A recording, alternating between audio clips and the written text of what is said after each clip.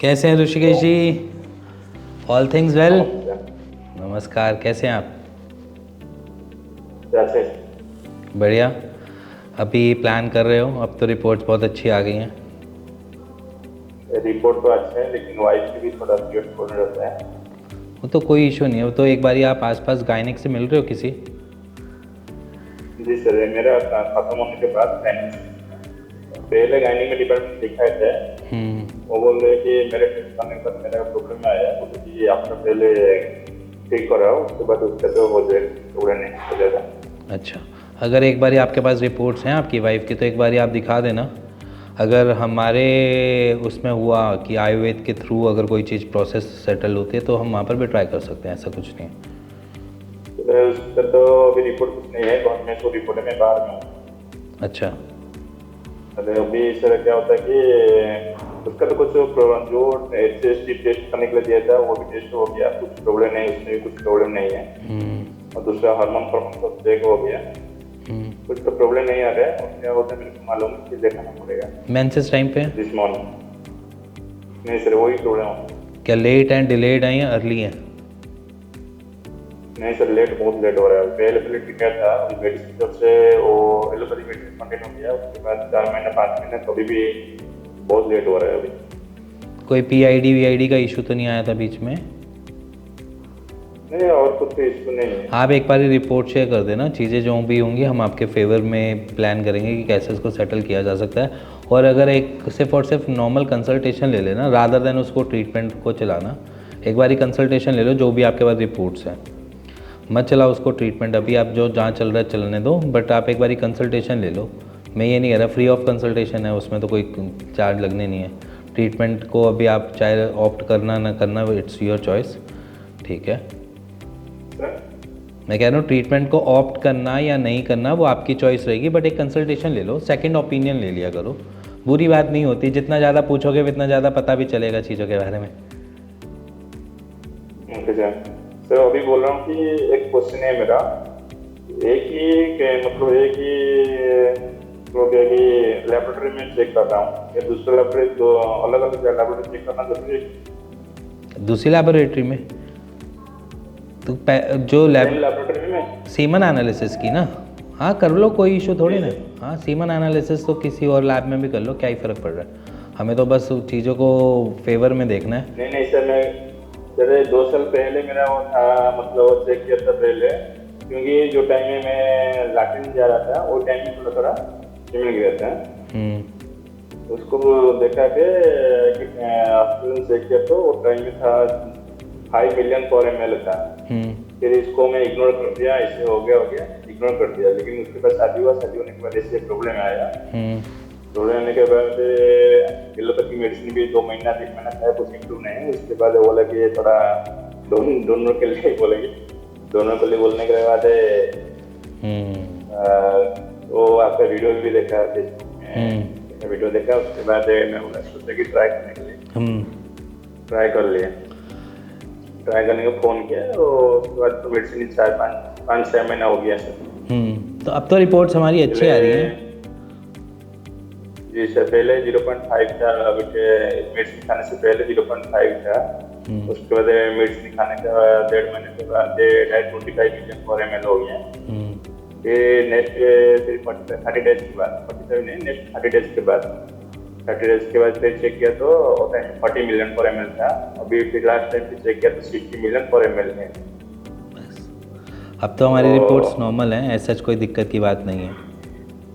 और सर क्या कि और एक प्रॉब्लम होता है हमारा, जो ये क्या है, हमारा पल्स सेल जो है वो थोड़ा खराब रहता है। देखो, पल्सेस को हम 2 तरीके से हम चेकआउट करते हैं। पल्सेस अगर बढ़ते भी हैं तो ऐसा कोई दिक्कत की बात नहीं है। अगर पल्सेस बहुत ज़्यादा जा रहे हैं, 30 HPF से अबव जा रहे हैं, 30-35 HPF के आसपास जा रहे हैं, तो वो वहाँ पर देख ले सकते हैं। इसी के साथ अगर आप इस बार अगर आप रिपोर्ट चेंज करने के लिए भी कह रहे हैं तो एक बार कल्चर भी करा कर देख लेते हैं। अगर हमारे पल्सेस ज़्यादा बढ़ रहे हैं तो उसमें थोड़ी आइडेंटिफिकेशन पता चल जाती है, कोई ऐसा इन्फेक्शन की वजह से तो नहीं है जो अभी तक चला आ रहा हो या कोई इशू हो रहा हो। अगर कुछ ऐसा हो रहा होगा तो फिर वहाँ पर एक कोई सेफ़ एंटीबायोटिक जो है वो हमारे यहाँ से डॉक्टर आपको प्रिस्क्राइब कर ही देंगे। और लेट सर मैं हर बार चेक करा तो प्रेस्क्रिप्शन को ऑलरेडी आप ये सारी रिपोर्ट का आपको भेज देता हूँ सबको। हाँ कोई चार बार भेज दिया, उसमें थोड़ा पॉज से थोड़ा प्रॉब्लम रहता है और एक्टिव मोटाइल थोड़ा प्रॉब्लम रहता है। एक्टिव मोटाइल इस बार 20% था। मोटिलिटी चलो एक तो बहुत अच्छी बात है कि हमने बहुत अच्छी रिकवरी की है, ऐसी बात नहीं कि रिकवरी हमने अच्छी नहीं करी है। 0.5 से हमने 60 मिलियन लिया है। ऑलमोस्ट हम एक ऐसी स्टैंड पर खड़े थे जहाँ पर नील स्पर्म काउंट था।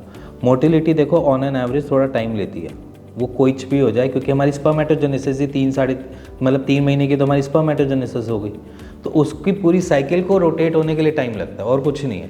इसलिए हम देखते हैं कि हमारे हर एक महीने में स्पर्म काउंट तो बढ़ जाते हैं, बट हमारी मोटिलिटी जो आती है वो अप्रॉक्सीमेटली 3 महीने के बाद ही क्लियरिटी मिलती है, वो इसी वजह से मिलती है। अदरवाइज़ देखो, अगर देखा जाए तो आपकी साइकिल देखो मंथली बेसिस पे आपके स्पर्म काउंट तो ईजिली बढ़ जाते हैं, बट जो मोटिलिटी है, मॉर्फोलॉजी है, वो थोड़ा सा टाइम टेकिंग प्रोसेस ही होता है।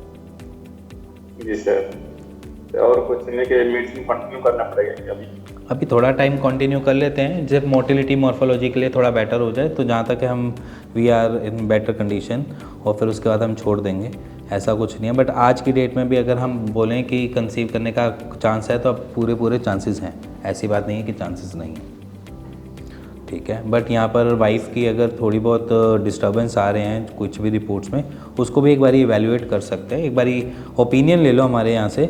मैं ये नहीं कह रहा कि ट्रीटमेंट में ऑप्ट करो, ट्रीटमेंट लेना, बस ओपिनियन ले लो। अभी क्या था, थोड़ा प्रॉब्लम रहता है ना, एक साथ आते टाइम 2 मेडिसिन कंटिन्यू करते तो मेरे प्रॉब्लम रहता है। नहीं, वो तो आप परवाह मत करो ना उसकी। अगर आप मेरे को कुछ प्रॉब्लम रहता है वो उसके लिए तो रिलैक्स हो जाओ। अगर फाइनेंशियल इश्यूज होंगे तो मैं उसमें भी स्टेबिलिटी कुछ ना कुछ आपके लिए कुछ ना कुछ करवा दूंगा, तो उसकी आप परवाह मत करो। बाकी मैं यहाँ पर भी बोल दूंगा, वो भी अगर आपकी वाइफ का कोई भी ट्रीटमेंट अगर गोइंग ऑन चलेगा तो उसमें मैं रिलैक्सेशन दे दूँगा, ठीक है। और कुछ मेरे लायक सेवा? सर नहीं सर, आपका वीडियो तो देख रहा हूँ, तो देख के बहुत मेरे को मोटिवेशन हुआ, इसलिए तो मैं फोन किया, उसके बाद ठीक है। और मेरे लायक कुछ बोलना चाहोगे? बहुत अच्छा सर, क्या बोले सर, आपका वीडियो देख के तो मैं बहुत, मतलब आपका भी जो एक्सरसाइज बहुत बोल लेते हैं, एक्सरसाइज भी करता हूँ, सब तो ठीक है चल रहा है। चलो, अभी हमने रिकवरी किया है, कुछ रिकवरी में कुछ मेरे और हमारी टीम के बारे में कुछ बताओ, सही है गलत है? सर बहुत हेल्पफुल सर, बहुत हेल्पफुल है, बहुत हेल्पफुल है। सबने ठीक दिया आपको, गाइडेंस सही मिली? जी सर। पहले हम बीच में क्या बहुत हो गया था,